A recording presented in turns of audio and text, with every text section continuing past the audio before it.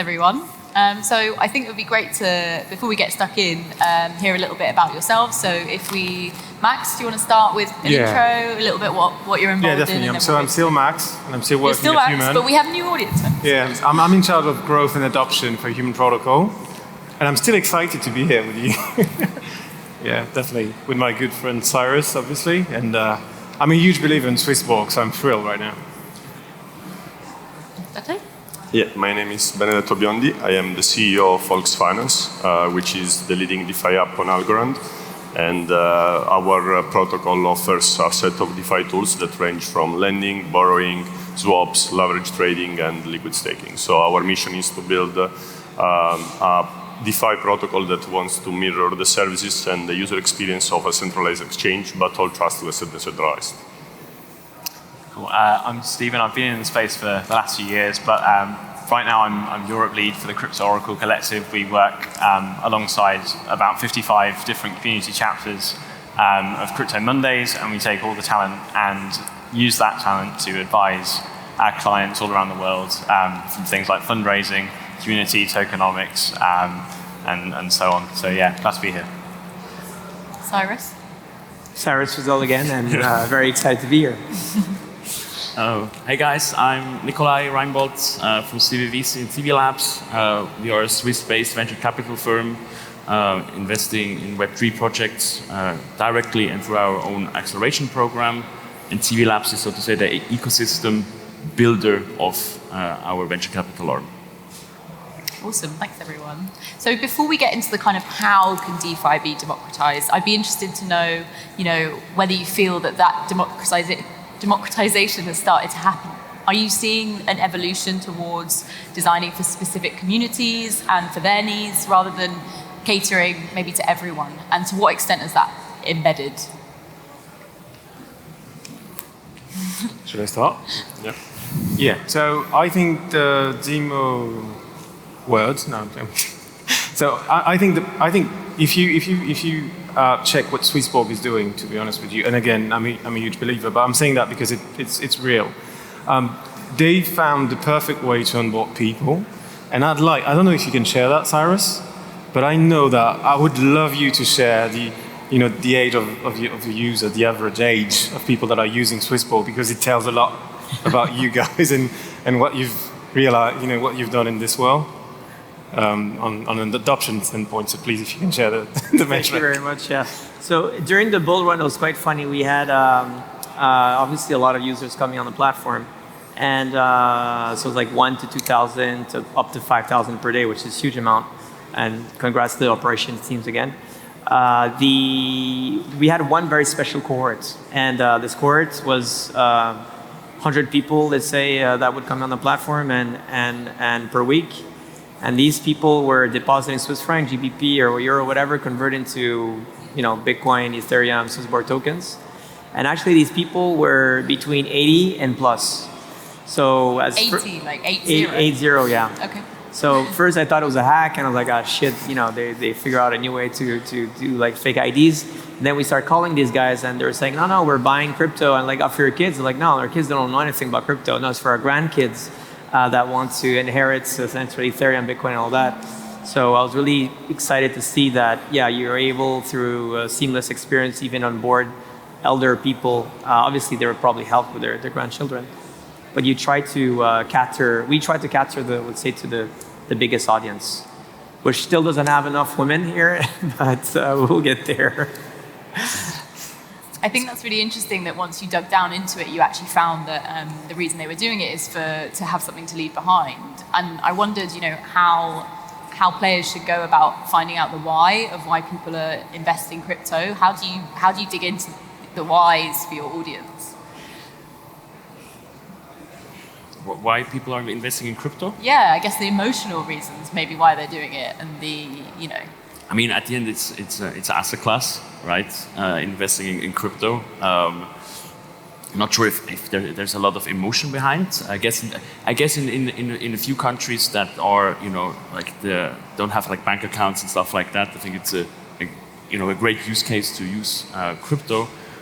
But I'm not sure if there's emotion if you're investing in crypto. Maybe you have a bit more experience. I mean, it's a bit, crypto has this weird, I would say, yeah, I mean, there's these cycles that have like, what's crypto? And then crypto is cool, then crypto is hot, then crypto is my life, then crypto is my religion, and more than that, and then crypto is I'm the king of the world, and then crypto is it's quite cool, and then crypto is a fucking scam, and then let's sue Swissborg, they're motherfuckers, and all that shit.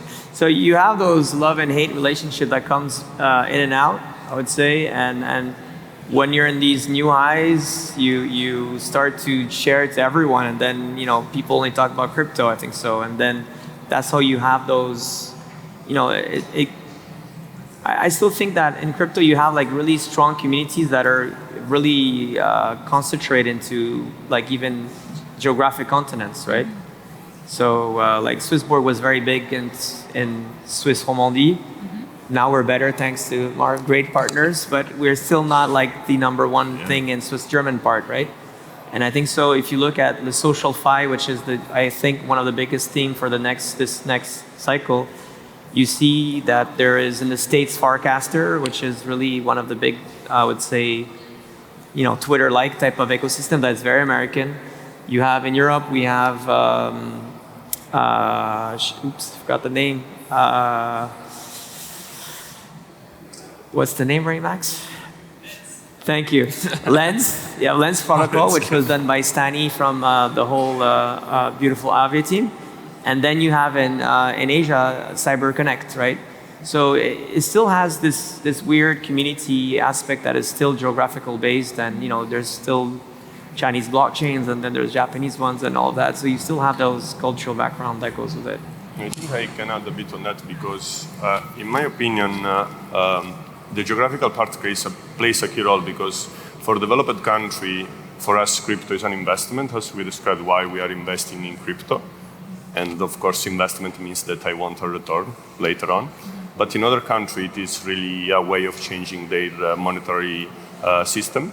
So, for example, I just came back from Argentina, and their stable coins, which is not an investment, is just going out of a deviated system that doesn't work in the country, and people are getting poorer because of the inflation, and they can't hold their currency in a stable way in their bank system. So stable coin are an alternative way to live better.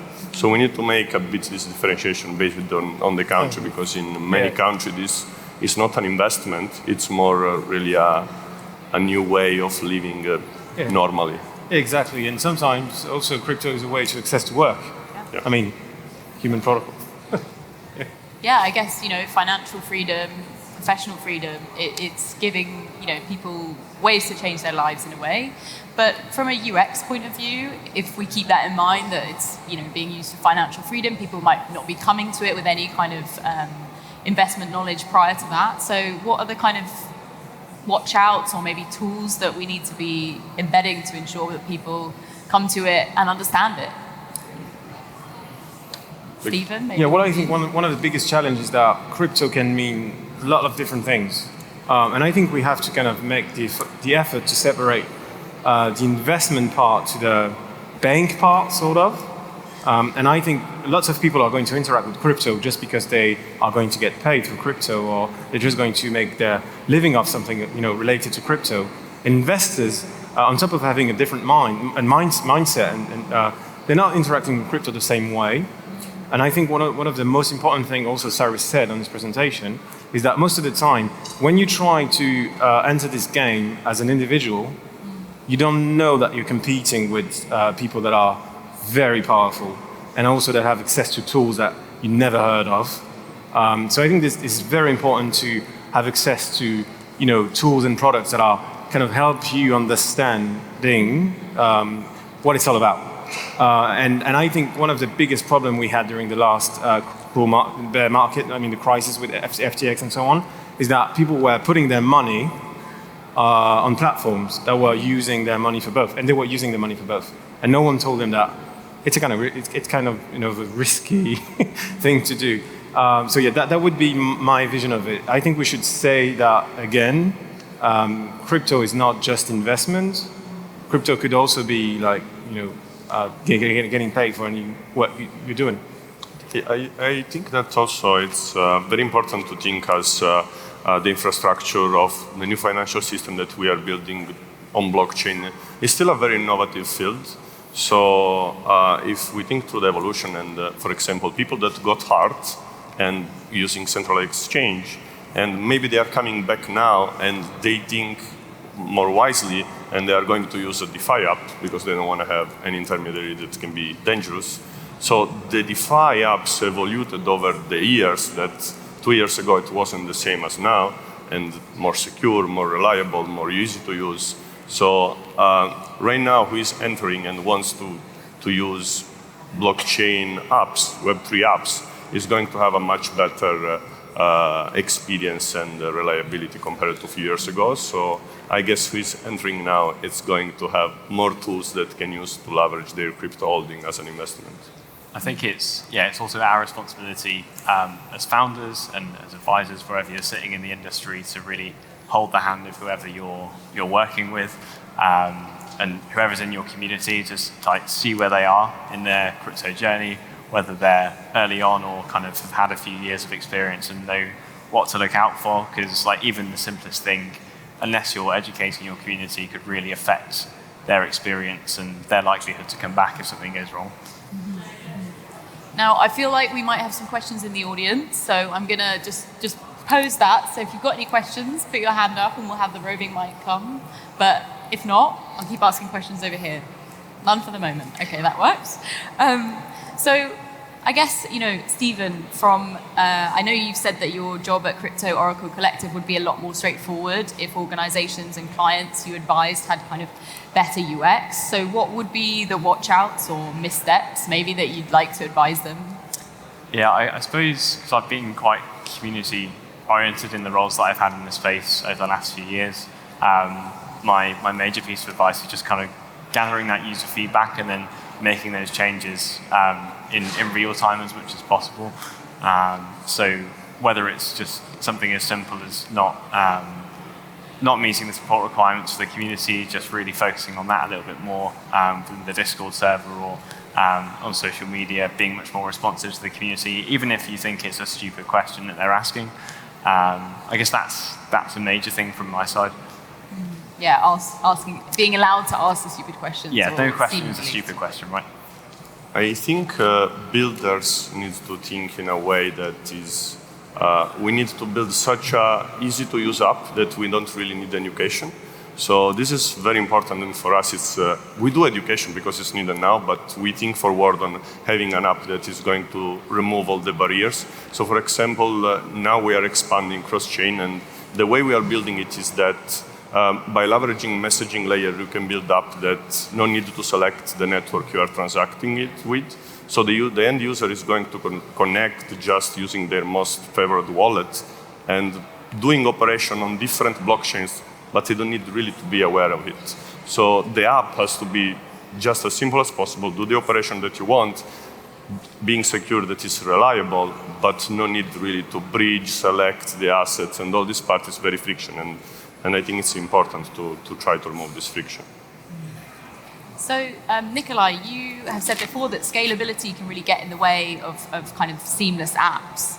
Why should the seamlessness maybe come first in this space before scaling? So, I mean, scalability is obviously it's super important, right? But I think to understand the whole market and the UI, the UX for the community needs to be there before you can scale any project. And so in order to get mass adoption and people into the space, I think seamlessness needs to be there before you can really scale. And I think you see this in all the bigger projects, what happened, and then scalability is here. So we've got 30 seconds left. If there are any questions from the audience. Okay, there are questions from the audience. Fabulous. Yeah, Scream, do it. So I see democratizations. Sorry.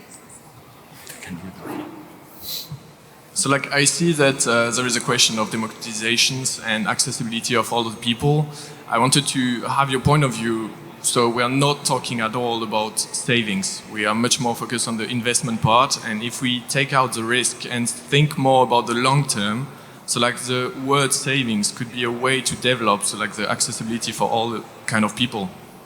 What do you think about so like the possibility of savings in the crypto world? I mean, there is already, right? If you're able to stake some of your USDC in different protocols, you'll be able to get some yield. Obviously, the yields in the last year were really bad compared to the free market risk. So, you know, there's different cycles that will bring probably great interests, but as well risk to it. I think so. The next big thing for this is how you get more into real world assets and be able to get exposure to, like real estate and things like that. You know, we talked about this for now 8-9 years, so I know it's a boring topic, but it will get there eventually. I mean, there's already Real IT and other different projects that are doing cool stuff. And it's a new way of funding again. It's a new way maybe to get future tenants or users of those buildings or hotels or whatever it is, those real estate things. And I think so that's going to be the one who's going to be able to figure this out, to do it technically, regulatory, and community is going to be a massive game changer, I would say, in this world. Yeah. Yeah, because so like. Oh, I was just going to say, like, for savings in Web3 to become like a mainstream thing, particularly in the DeFi space, and for new people to adopt that, I think adopting some healthy habits from Web2 companies, for example, like rounding up leftover money each month, right, and just encouraging people to create that habit of saving, that can encourage people to utilize DeFi more because they're getting possibly a slightly higher rate, but also, yeah, building up that habit so it's kind of beneficial all round. So I think that adoption of savings is happening, particularly in developing countries, and I think that's also where the biggest need is right now, but it's exciting to see where it's going to evolve there, definitely. Well, I think that's all we have time for today, but thank you so much to the panelists and for our fabulous questions, and I hope you enjoy the rest of the event. Thank you. Thank you.